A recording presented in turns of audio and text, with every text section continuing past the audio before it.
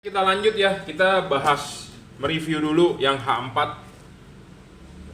yang H4 GL3 ya, 3 warna. Jadi ini bohlam H4 ya, 3 warna. 3 warna ini maksudnya adalah bisa berubah warnanya, bisa berubah mode warnanya. Bisa nyala putih, bisa nyala kuning, bisa nyala putih kuning. Jadi kalau di color temperatur kita ngomongnya dia bisa putih 6000 Kelvin, bisa kuning 3000 Kelvin, bisa putih kuning 4300 Kelvin. Karena kenapa? Dia ada 2 buah chip di bagian lampu dekatnya. Yang bisa berubah warna adalah bagian lampu dekatnya. Lampu jauhnya tidak bisa, dia hanya satu warna, warna putih ya. Jadi saya ulang, dia kenapa bisa berubah warna? Karena ada 2 buah chip. Ada chip warna putih, ada chip warna kuning ya. Ada chip putih, ada chip warna kuning. Jadi dia bisa berubah warna untuk lampu dekatnya. Lampu jauhnya tetap warna putih. Ini bohlam ya. Bohlam yang bisa berubah warna paling terang di kelasnya. Ini tahun 2021 ya. Ini paling terang di kelasnya ya. Saya belum menemukan yang lebih terang daripada ini. Mungkin suatu saat nanti di kemudian hari ada yang lebih terang daripada ini. Nah, kita akan coba ikut menjual. Tapi saat ini kita paling terang adalah tipe ini, ya. Banyak juga yang bertanya, Pak, bedanya apa dengan yang versi Cree? Kalau Cree satu warna, kalau ini warnanya bisa berubah. Ya, bagus mana? Ya, banyak yang bertanya juga, Pak, rekomendasi bagus yang mana? Nah, kembali lagi ke Anda. Kembali lagi ke tujuan Anda pakai lampu untuk apa. Kalau Anda cukup warna putih saja dan mau heavy duty maksudnya LED tersebut bisa diajak kerja berat, Anda pakai Cree. Udah pasti mantap. Tapi kalau Anda mau yang bisa hujan, kabut, tembus di headlamp saja, ya pakai tipe ini. Karena ada mobil tertentu yang tidak punya fog lamp, atau Anda misalnya beli Avanza tipe E, atau Anda beli mobil yang tipe paling rendah ya, kan nggak ada fog lamp. Jadi mau nggak mau keseluruhan lampunya hanya ada di headlamp. Nah, kalau kayak begitu lebih prefer beli yang beginian. Karena kalau Anda pakai Cree di headlamp, saya pasti rekomendasi fog lampnya yang GL3 gitu ya. Fog lampnya yang bisa berubah warna, headlampnya tetap putih 5500 Kelvin. Tapi kalau mobilnya Anda beli yang paling rendah, tidak punya rumah fog lamp, atau rumah fog lampnya Anda nggak mau pakai nyala sama sekali, ya Anda beli tipe ini gitu ya. Ini barang sebelum dikirim kita kalibrasi dulu. Jadi dia levelnya 30 watt, maksimum 3500an kalau nggak salah luxnya ya. Banyak juga pertanyaan, Pak, bohlam begini bisa error nggak? Kemungkinan error pasti ada. Semua bohlam yang bisa berubah warna kemungkinan error ada, karena dia mempunyai memori. Memorinya itu disimpan oleh arus listrik berupa kapasitor dan induktor. Jadi dia punya memori. Nah, kalau memorinya terganggu ya dia bisa error. Nah, kalau Anda cara pakainya benar, dia tidak bakal error ya, seperti itu. Jadi bagaimana cara pakainya? Jadi kita harus mengedukasi nih cara pakainya. Kita sambil praktek ya. Satu hal lagi ya, kalau mobil Anda ada kabel set, mobil Anda ada kabel relay set, copotin semua, nggak berguna dan bisa mengganggu fungsi kerjanya dia. Jadi kalau bisa ada kabel set, ada kabel relay, copot saja ya. Tinggal colok ini ke kabel soket lampu H4 bawaan pabrik dari mobil ya, tanpa perlu ada kabel-kabel relay set yang menjelimet ya. Bongkar saja ya, nggak berguna, tidak bakal menambah terang, tidak bakal menambah bagus, yang ada merusak pemandangan di kepala aki Anda. Terlalu banyak kabel keseliweran di ruangan mesin ya, ribet. Mendingan copotin aja, tidak perlu pakai relay ya, karena dia cuma 30 watt, sedangkan spesifikasi mobil Anda halogen 55 watt. Sudah hemat 25 watt, buat apa lagi kabel relay? Ayo. Ada yang bisa menjelaskan saya? Kalau ada yang mau membantah, oh pakai kabel relay bakal bisa lebih terang, Bos. Buktikan ya, copotin aja, Bro. Copotin, saya ngomong apa adanya ya. Bongkar aja, nggak perlu dipakai ya. Nah, ini saya demokan sedikit ya cara bisa dia berubah warna. Jadi kita sambungkan setrum, low beamnya dia akan warna putih. Jadi Anda onin saklar lampu Anda, dia akan menyala warna putih. Anda matikan saklar lampunya, nah ini Anda matikan saklar lampunya, Anda nyalakan lagi, jadi Anda matikan saklar lampunya, 1 detik, Anda nyalakan lagi, dia akan berubah warna menjadi putih kuning.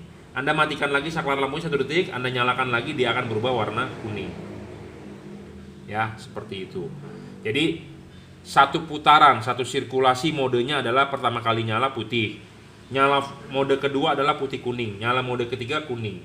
Habis dari kuning, Anda matikan, Anda nyalakan lagi, dia bakal balik ke warna putih, ya. Jadi satu sirkulasi gitu aja. Kuning, putih, putih kuning, kuning. Seperti itu. Jadi akan terus modenya seperti itu, ya. Jangan lupa mau matikan, menyalakan, mau mengganti modenya, matikan 1 detik, nyalakan lagi. Jangan terlalu cepat, ya, jangan terlalu cepat. Cara pakai benar, Anda aman, tidak bakal error. Jadi jangan sampai ada keluhan, Pak kok error, Pak kok ini.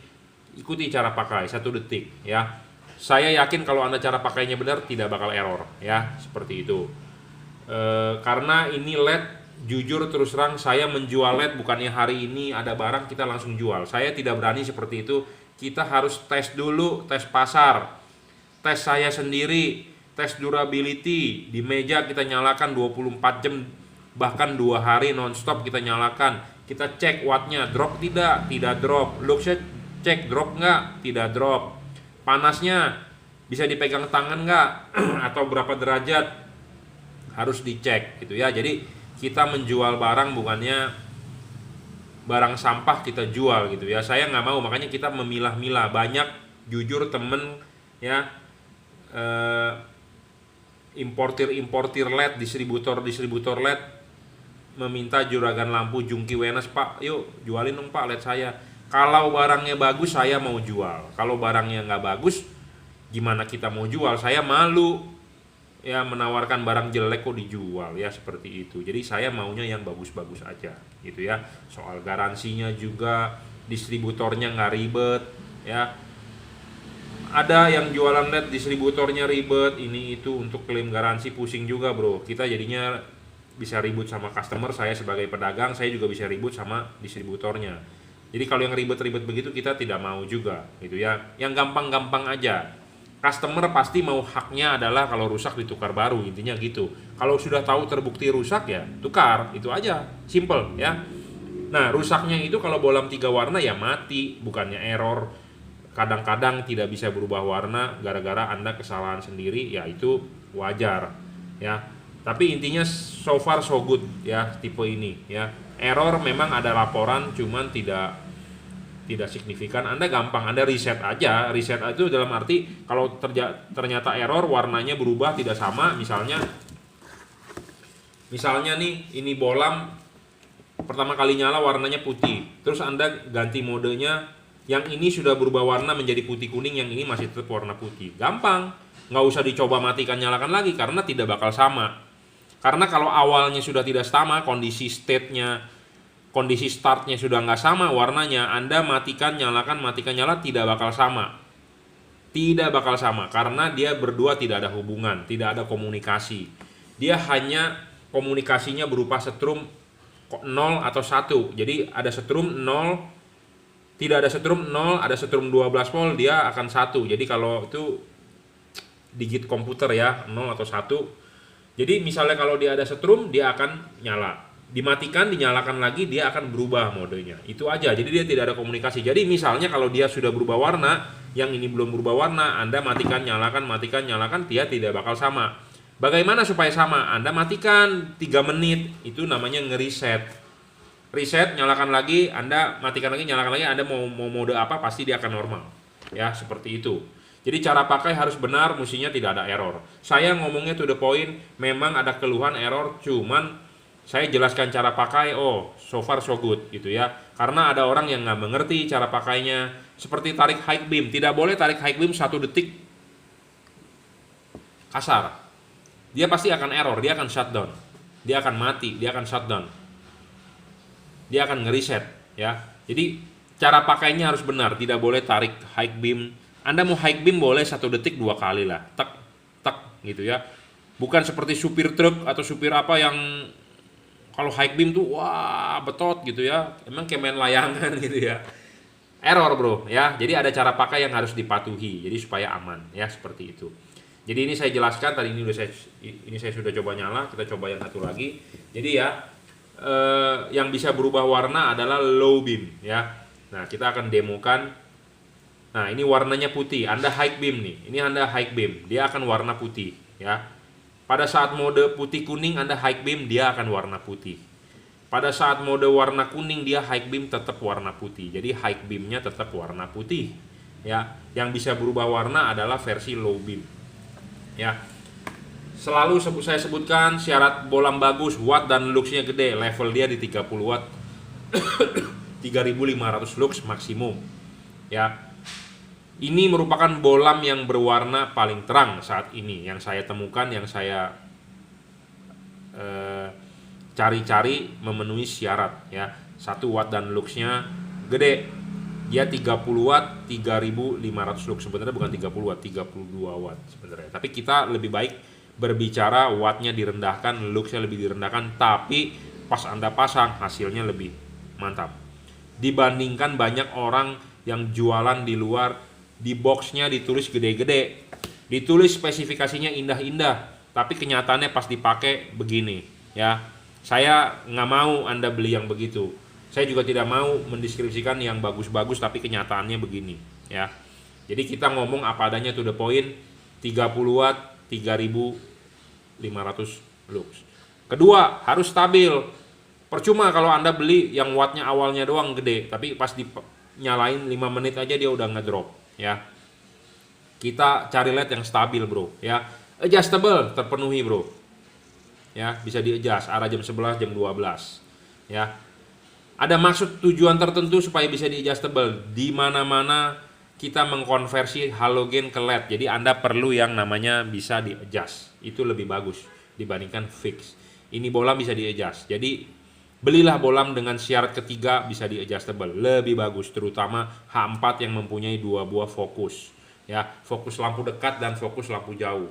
Kalau pasang jangan lupa ininya dulu ya, pasang ininya dulu, pasang klipnya. Udah pasang klipnya baru pasang karet, baru pasang bolam ya.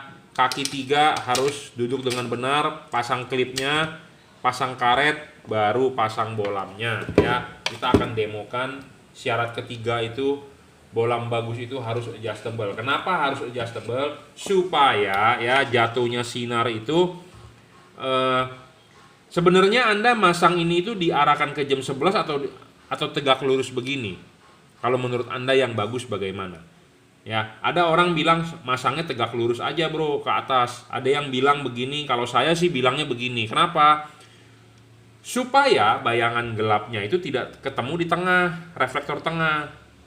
Karena di tengah ini bagian yang krusial. Bagian reflektor tengah ini, bagian atas ini fungsinya adalah untuk memantulkan sinar supaya outputnya padat di tengah.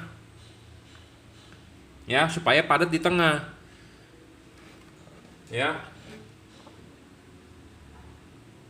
Nah, ini kita nyalakan ya. Anda lihat bayangan gelap. Ya, kita jelaskan bayangan gelap. Sebenarnya Anda bisa juga pasang begini, tapi rugi bro. Kenapa? Ini di kamera kelihatan nggak? Kalau nggak kelihatan saya gelapin. Nanti takut lupa juga saya nggak terangin lagi. Kelihatan ya? Jadi ini di tengah sini nih. Nah ini bayangan gelap nih. Ya kalau ke sini kan banyak sinarnya. Ke sini juga banyak sinarnya. Nah ini bayangan gelap. Ya. Kalau Anda masangnya tegak lurus di atas, Anda rugi. Kenapa? Reflektor bagian tengah ini bagian yang paling penting untuk memantulkan sinar pada di jalan aja. Makanya kenapa saya bilang harus geser begini supaya tidak terlalu di tengah ya, di pinggir dapatnya. Paham? Nah, ini putihnya. Ini putih kuningnya. Tuh, ya. Ini kuningnya. Ya. Nah, Anda lihat pas pada saat putih cut off ini ya. Ya. Ini garis terakhir, jadi cut off-nya ada tuh, ya. Tidak melebihi batas dari originalnya, bagus. Jadi cut off udah pasti bagus, putih. Nah, kalau kuningnya kita lihat, nah kuningnya luber ke bawah, ya. Kuningnya luber ke bawah, terutama kita nyalakan kuningnya aja lebih kelihatan. Kuningnya itu luber ya.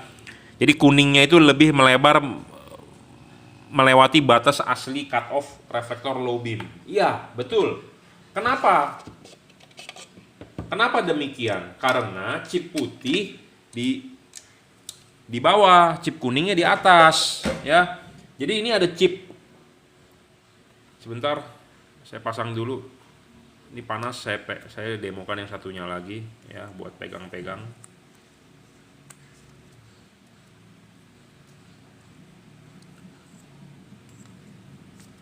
Ya, jadi ini ada chip putih dan chip kuning. Chip putih itu di bawah. Cut off chip putih akan lebih bagus dibandingkan chip kuning. Saya ngomong apa adanya, to the point, jujur.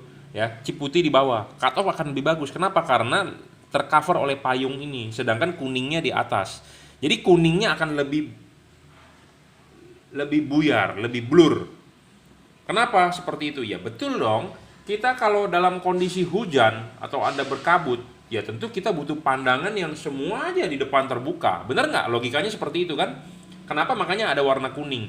Supaya pas pada saat kabut, pas pada saat hujan deras, pandangan di depan kita pokoknya semua harus terlihat. Nah, sedangkan kalau pas pada saat jalanan biasa, jalanan kering, Anda pakai warna putihnya, ya tentu harus ada cut off-nya. Bener nggak seperti itu? Ya, Anda pelajari omongan saya. Masuk logika nggak seperti itu? Tapi Anda nggak usah khawatir. Anda mau kuningnya lebih bagus dibandingkan putihnya, gampang bro. Ini buka aja, ini ada obeng, ya.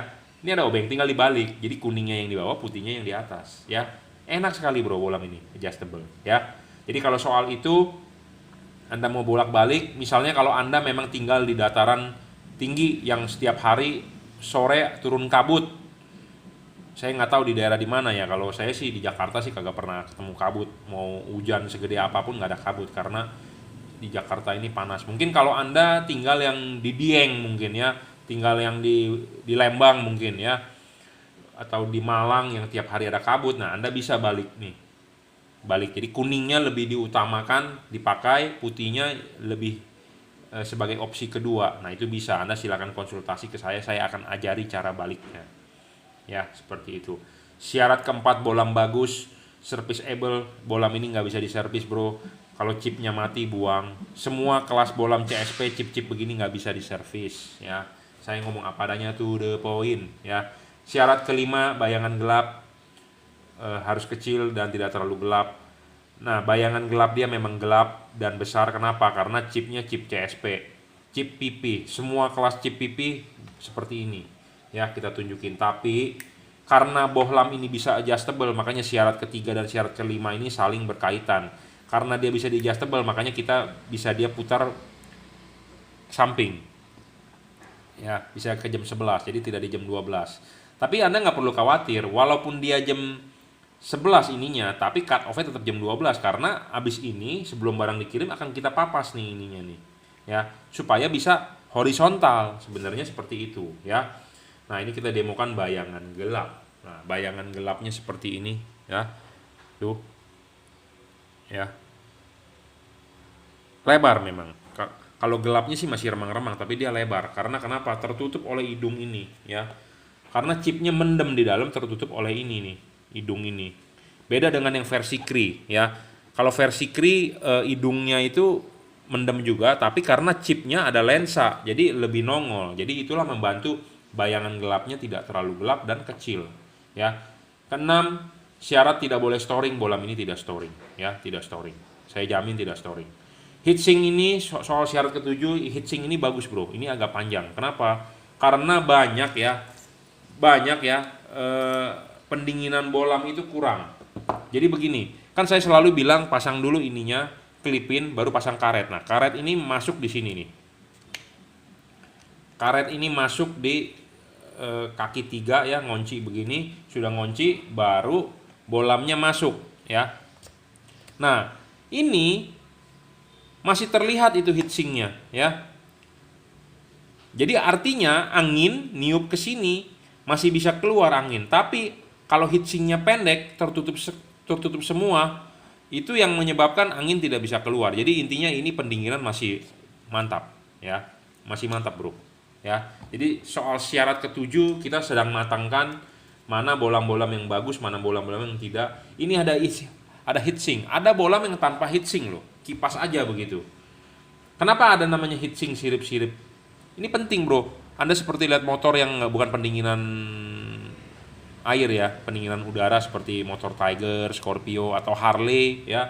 Banyak kan sirip-sirip. Nah itu untuk pendingin supaya angin lewat sini panasnya bisa pergi gitu ya. Tapi ada loh LED yang tanpa heatsink, langsung kipas. Dia pede sekali soal pendinginan ya. Jadi ini memenuhi syarat ya, tinggi ininya heatsinknya, makin tinggi makin gede makin lebar makin bagus ya, makin bagus. Barang sebelum dikirim ya, jangan lupa saya sudah kalibrasi. Jadi jangan lupa Anda sebutkan buat mobil apa ya. Kalibrasi yang saya lakukan adalah memapas ini ya, dan ini jam 11 jam 12 bisa. Habis ini sebelum dikirim kita akan settingkan tinggi rendahnya ya. Bohlam ini sebenarnya bisa disetting maju mundur, tapi sulit untuk orang awam tahu. Jadi nanti takutnya begini, low beamnya bagus, high beamnya nggak bagus ya, karena bohlam H4 itu mempunyai dua fokus dalam satu reflektor. Jadi makanya Anda cukup putar-putar aja ya, maju mundurnya tinggal saya yang lakukan ya. Jadi saya berharap ini LED boleh dibilang PNP. Saya juga tidak mau menyusahkan customer, Pak bagaimana Pak cara settingnya ini itunya ya. Intinya tinggal pasang saja ya. Barang sebelum dikirim kita sudah kalibrasi, barang sampai tinggal pasang ya, seperti itu. Dia driverless ya. Driverless itu artinya tanpa driver, kabel ini sudah dirajut oleh nilon, tinggal colok. Ingat sekali lagi, kabel relay lepas saja, tidak berguna pakai kabel relay ya. Oke, cukup ini reviewnya untuk H4 ya. Untuk bohlam H4 GL3 reviewnya ya. Nah, habis ini kita akan mereview yang H11, H16, H8, H9 buat Innova Reborn.